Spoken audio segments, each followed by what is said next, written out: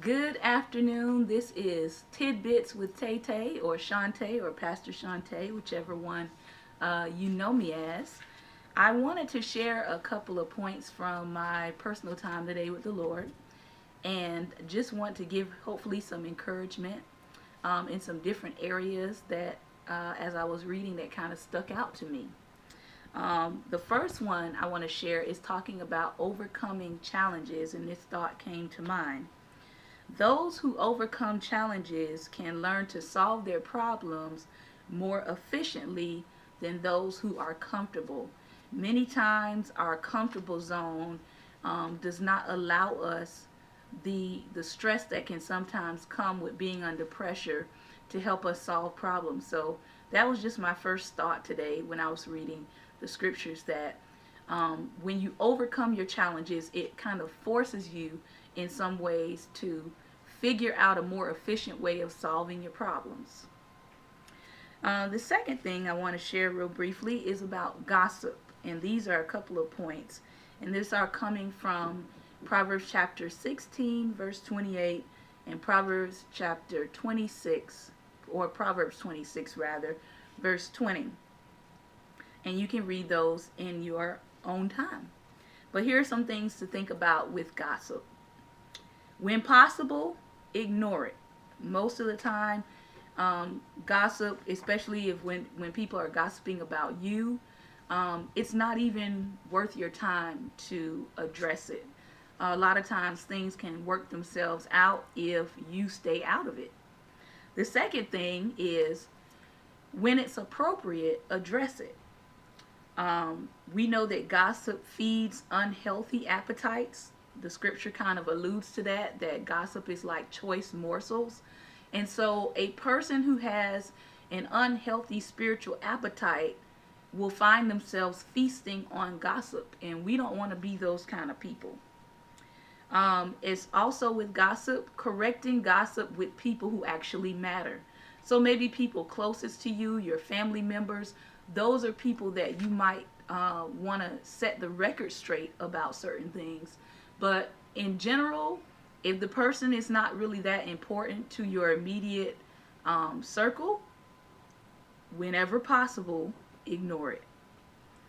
Also, when you do have people in your life who know you, sometimes when you ignore gossip, usually the people who know you step up to the plate and they're willing to come to your defense. And I like to look at that because when they're coming to your defense, they're more objective than you are. Than if you were to try to defend yourself against gossip. So just keep that in mind. There are people in your life who've seen your walk, who've know your relationship with God, and if someone is gossiping about you, most of the time your true friends, your covenant friends, will step up to the plate, and they will vindicate your name, your reputation, and your character. So again, whenever possible, to ignore gossip. When necessary, confront the gossiper. This might be the person in your realm or in your circle who continues to try to defame your name or try to put things out about you that are negative. And if you have to have close or consistent contact with this person who's continually slandering your name, then it may be necessary to confront the gossiper. And of course, we can look at Matthew chapter 18, verse 15, for grounds to do that, which is going to that person one-to-one. And the goal is not to go and say, hey, let me get you straight. The goal is to try to reconcile, walk in peace, and be in unity with the person.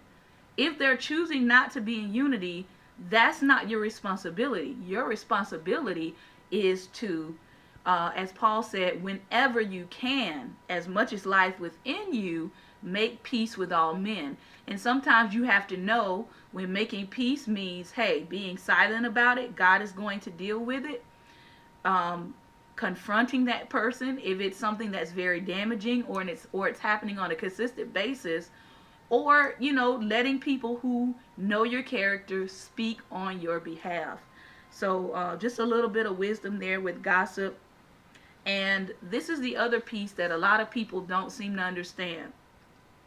If I forgive you, that does not mean that I have to trust you within my space if your character has not demonstrated that you have changed. Okay? You can be someone's brother and sister in the Lord, right? But they don't have to be your trusted friend. And so a lot of times we think, well, if I forgive that person, then I have to let them back into a place of trust or in a place of friendship, when that's not necessarily true.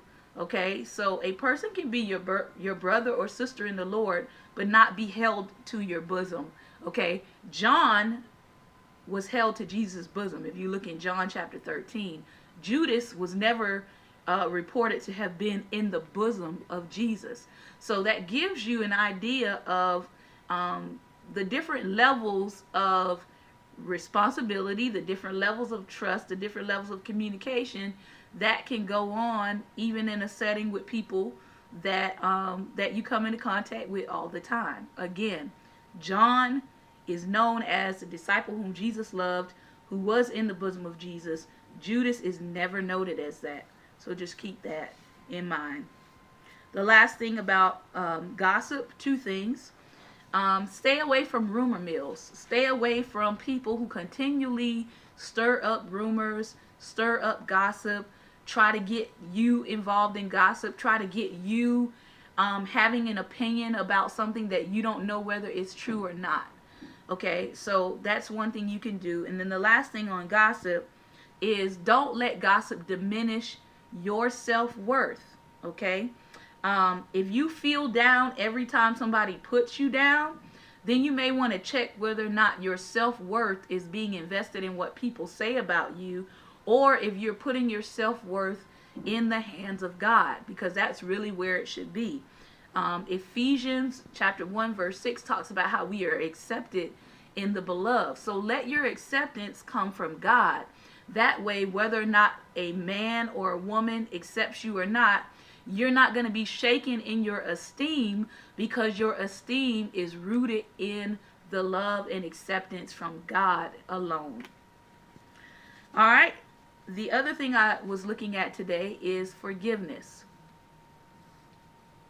Forgiveness means that you have made a decision to not let an incident control your life. It doesn't necessarily mean that the person was not wrong. It just simply means that you've made a decision not to let the incident control your life. I also want to say this about forgiveness. You place a wait time on your own freedom and on your own healing process when you are waiting on someone to admit their guilt or wrongdoing. So when you are saying, well, I'm not going to forgive them because I'm waiting on them to admit they're wrong, you just press pause on your own healing and deliverance process. So just keep in mind that forgiveness, number one, first of all, benefits you, and that you're not saying that what they did was wrong. You're simply making the decision to not let that incident change and alter and pause and put your life on pause. Okay? A little bit more on forgiveness here. The last thing I want to say about forgiveness is that we all need it. There are going to be times in life, you are a human being. There's going to be times in life where you are going to do something that is going to anger somebody.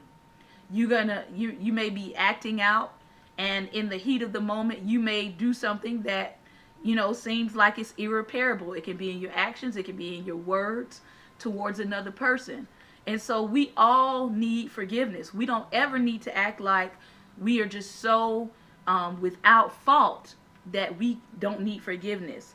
And so when you think that someone else's offenses against you are greater than any offense that you could possibly commit against somebody else, that's called pride. Okay? So just understand that we are all capable of committing horrendous acts if we are left to the devices of our flesh, and that if we should commit something that is horrible, we're going to need forgiveness too. Not just from necessarily from the person, but also from the Lord. One more thing. This is Psalm 78 verse 41 through 42. And this actually talks about God's limits and putting limits on your life when it concerns God. And the thought that came to my mind was that amnesia about God's power limits your power. I'm going to say that again.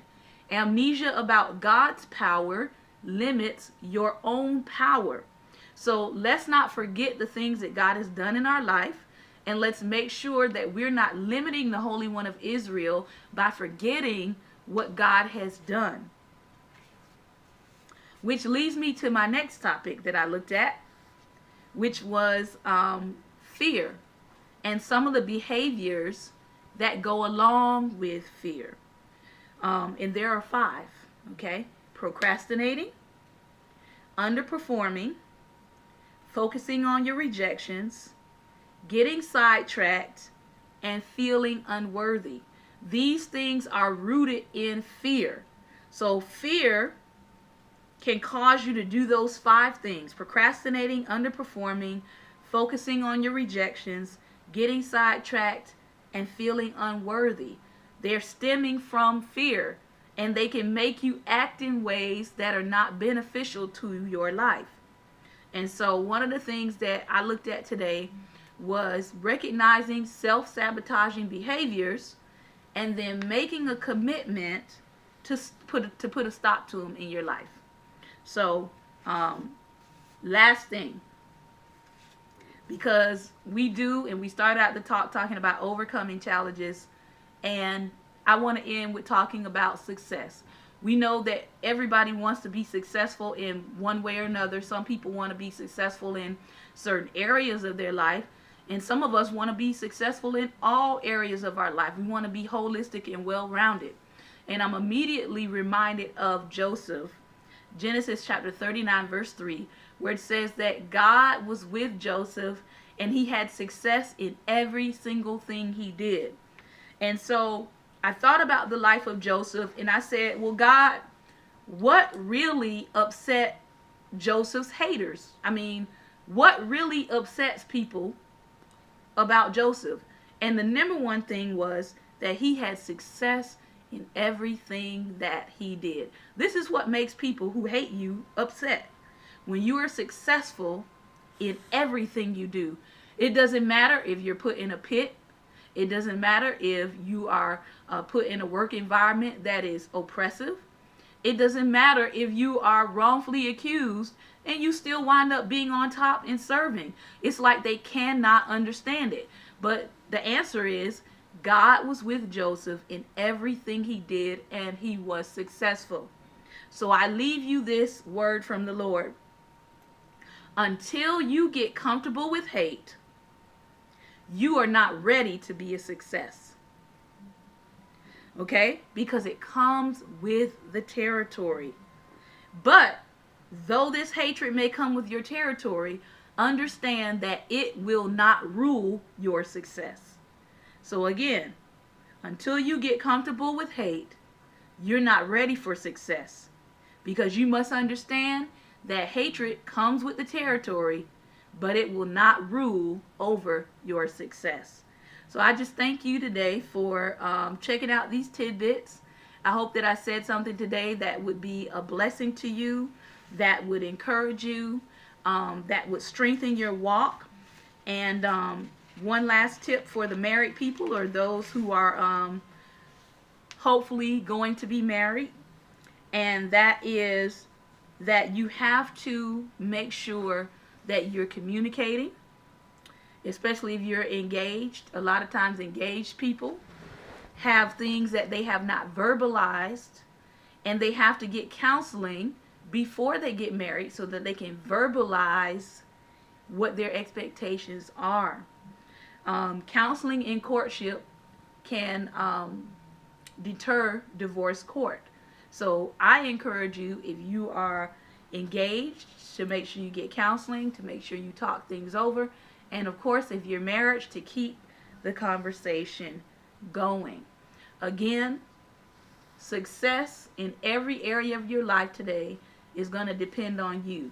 It is going to depend on you letting go of your fears. It is going to depend on you overcoming challenges. It is going to depend on you getting the counseling and help that you need to. It is going to depend on you having the right response to things like gossip. So I just want to close by saying I hope that you enjoyed this video, and I would like to thank my lovely husband for filming. Take care. God bless.